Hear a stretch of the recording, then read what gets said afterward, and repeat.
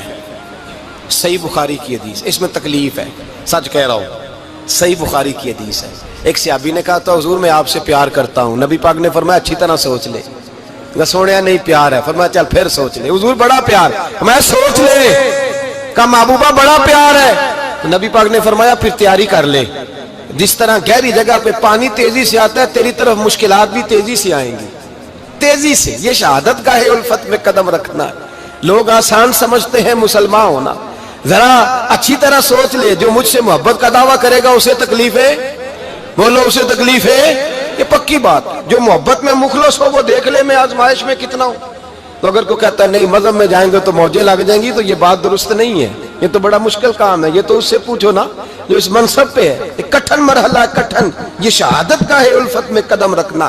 لوگ آسان سمجھتے ہیں مسلمان ہونا، روتا ہے فلک برسوں، پھر جا کے یہ حالات درست ہوتے ہیں۔ تو بھائی یاد رکھیں اور سمجھیں، حضرت ابو بصیر رضی اللہ تعالیٰ عنہ، نبی پاک صلی اللہ علیہ وسلم نے طے کر لیا کفار کے ساتھ، حدیبیہ کی جنگ ہوئی تو فرمایا اگر کوئی مسلمان مکے چلا جائے گا تو کافر کہنے لگے ہم واپس نہیں کریں گے، اور اگر کوئی کلمہ پڑھنے والا ستایا ہوا مسلمان مدینے آئے گا تو مسلمانوں کو واپس کرنا پڑے گا مسلمان اپنا بندہ نہیں رکھ سکتے۔ اور مسلمانوں کا کوئی شخص غلطی سے بھی مکے چلا گیا تو مکے والے واپس نہیں کریں گے۔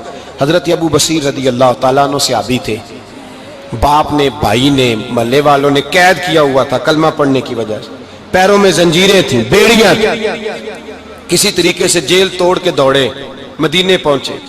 کہتے ہیں رستے میں کسی آدمی کے ساتھ گھوڑے پہ کچھ دیر بیٹھا پھر پیدل چلا۔ صحابہ کہتے ہیں اتنا دردناک منظر بڑا کم ہم نے دیکھا۔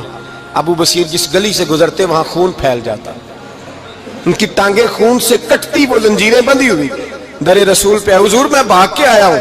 کہتے ابھی نبی پاک صلی اللہ علیہ وسلم ان کی بات سن ہی رہے تھے کہ پیچھے سے قریش کے 2 سپاہی بھی آ گئے، کہنے لگے یہ بھاگ کے آیا ہے اور آپ کا وعدہ تھا کہ آپ واپس کریں گے۔ چشم زدن میں ذرا سوچنا، چشم زدن میں تھوڑی دیر کے لیے غور کرنا کہ ہمیں ہمارا استاد، ہمارا پیر دھتکار دے کہ جا دوڑ جا، تو کہتے ہیں بسم اللہ جناب یہ جا رہے ہیں۔ ایمان کی پختگی دیکھیں، اس نے تو ہمیں نکال ہی دیا جی، وہ کیسا بندہ ہے۔ یہاں تو کسی کے یہاں کوئی فاتحہ پڑھنے نہ جائے تو لوگ بگڑ جاتے ہیں، کہتے ہیں اس نے سلام نہیں لی، فاتحہ نہیں پڑھی، بس ختم، اس کو احساس ہی نہیں۔ حضرت سیدنا ابو بصیر سامنے کھڑے، سامنے 2 سپاہی آ گئے، ذرا دیکھیے ایمان کی پختگی، ایمان، یقین اور استقامت۔ امام بہقی نے دلائل کے اندر لکھا ہے، فرماتے ہیں نبی کریم صلی اللہ علیہ وسلم نے ان کی طرف دیکھا تو حضور کی مقدس آنکھیں آنسوؤں سے بھر گئیں۔ حضور نے فرمایا ابو بصیر تیری تکلیف مجھے نظر آ رہی ہے پر میں نے وعدہ کیا ہوا ہے، میں نے وعدہ۔ بھائی یہاں ڈٹ کے رہنا بڑا مشکل ہے، یہاں قائم رہنا بڑا کٹھن مرحلہ ہے۔ یہاں آزمائش کے موقع پر دین پر انہوں نے تو رکھا ہی نہیں، لوگ تانے دیتے ہیں، باتیں کرتے ہیں، رکھا ہی نہیں، تو پھر ان کا بنتا ہے۔ حضور نے فرمایا تجھے جانا پڑے گا۔ صحابہ کہتے ہیں پورے مدینے میں ایسے تھا جیسے سوگ کا سما ہو، جب وہ دو سپاہی حضرت ابو بصیر کو پکڑ کے لے جا رہے تھے تو وہ پلٹ پلٹ کے پیچھے دیکھتے تھے، پلٹ پلٹ، پیروں میں خون ہے، آنکھیں آنسوں سے بھری ہوئی۔ فرماتے ہیں جب وہ پلٹ رہے تھے تو مدینے کی گلیاں بھی رو رہی تھیں۔ میرے نبی پاک جب وہ آنکھوں سے اوجھل ہو گئے تو حضور بیٹھ گئے زمین پہ، نبی پاک نے رونا شروع کر دیا۔ فرمایا اللہ تو نے اس شخص کی مدد فرمانی ہے، اس پر کرم کرنا ہے، اللہ اس کا خیال فرمانا، اس کے لیے دعا کی، حضور روئے۔ حضرت ابو بصیر باہر نکلے تو وہ جو کافر تھے نا وہ کہنے لگے تو بڑا بنتا تھا ان کا، انہوں نے تجھے رکھا نہیں، تجھے رکھا بھی نہیں۔ تو حضرت ابو بصیر نے تھپڑ مارا منہ پہ، کہنے لگے میں وہ نہیں جو تھوڑی سی بات سے بدل جاؤں، ایمان یقین اور استقامت کی دولت ملی ہوئی ہے۔ آپ فرمانے لگے میرا تو ایمان اور پختہ ہو گیا ہے کہ میرا نبی اپنے وعدوں کا بڑا پابند ہے، میرا رسول اپنے وعدوں کا بڑا پابند ہے۔ حضرت ابو بصیر کہتے ہیں مدینے کی سرحد گزر گئی تو میں نے کھینچی تلوار ان میں سے ایک سپاہی، اب آؤ میرے مقابلے میں جس نے آنا ہے۔ ایک کو مارا، دوسرا بھاگ گیا۔ فرماتے ہیں اب میں مکے جا نہیں سکتا تھا، جاؤں گا تو وہ زیادہ ماریں گے، مدینے حضور نے قبول نہ فرمایا۔ فرماتے ہیں ایک جنگل میں جا کے العیس نام کی ایک بستی تھی، وہاں ڈیرا لگا لیا، دریا کے کنارے، پانی پی لیتا، پتے کھا لیتا، تن تندور ہڈاں دا بالن تے اسی ہاواں نال تپایا، کپ کپ مکیاں پیڑے کیتے تے اتوں صبر پلیتھن لایا، تن دی ہانڈی تے من دا سالن اتے لون صبر دا پایا۔ غلام فریدا وے میں ساری تیری، غلام فریدا وے میں ساری تیری، تینوں اجے یقین نہیں آیا؟ فرماتے سالوں پتے کھائے، اب جو بھی وہاں سے تنگ ہوتا وہ میرے پاس آ کے پناہ لیتا، جس کو مکے والے مارتے میرے پاس آ کے کہتے تانے دینے والے آ کے کہتے ہو تم کس طرح کے نوکر ہو، تمہیں تو انہوں نے رکھا ہی نہیں۔ ہم نے کہا چپ کر جا، وہ ہمارے آقا ہیں، وہ ہمارے آقا ہیں، رکھیں تب بھی ٹھیک ہے، نہ رکھے اللہ اکبر۔ ایمان دیکھو، قوت دیکھو، جڑیاں خصمان دی وچ رضا وسن پاگ جاگ جاندے انہاں گولیاں دے تے میں گڈی ہتھ ڈور سجن دے، او جنج رکھے اونج رہنا ہے، واجب نہیں جے وچ شریعت مندہ قسم نو کہنا۔ فرمایا بس ٹھیک ہے، جس طرح حضور راضی ویسے ہی ہم راضی۔ حضرت ابو بصیر رضی اللہ تعالیٰ عنہ کے پاس 300 صحابہ کٹھے ہو گئے، 300۔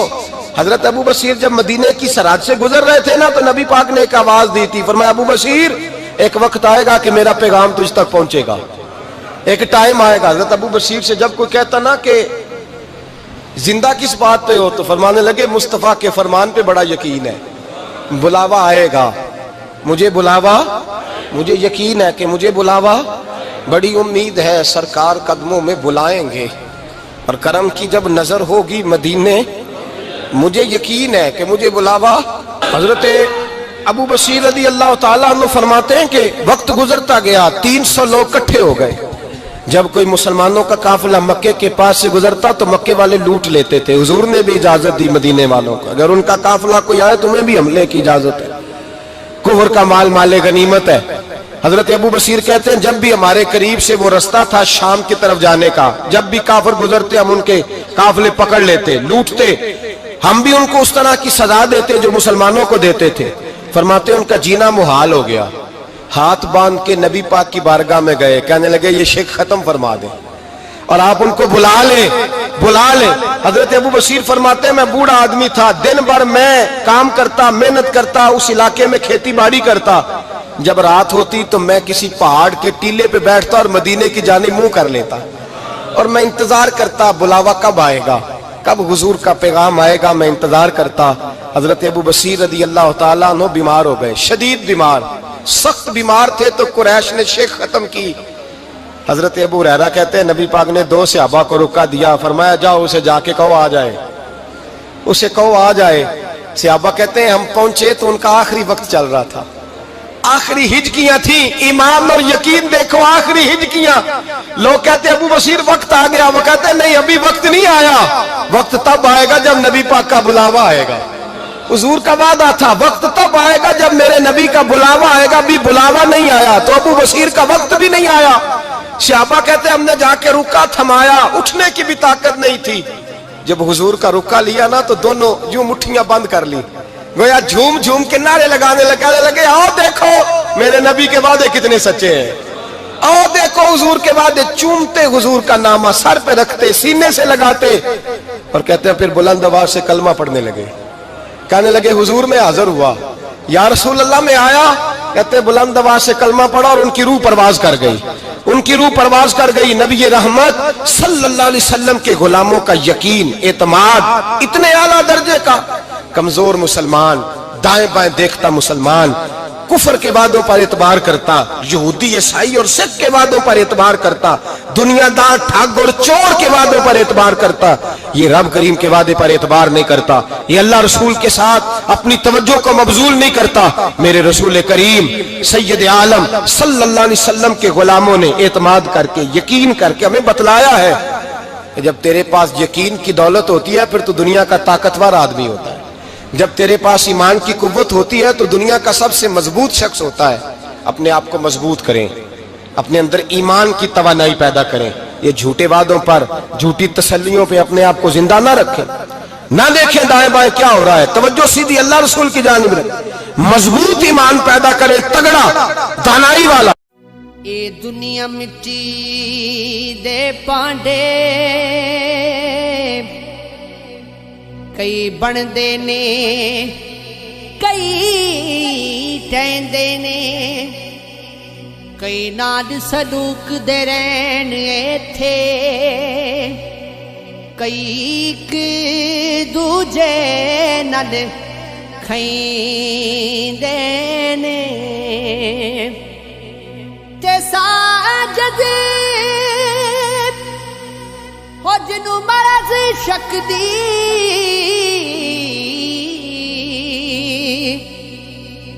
اوتے جگ تو وکھرے رہندے نے. ربا وچھڑ جاوے کدی یار تیرا, پتہ لگے جب چھوڑا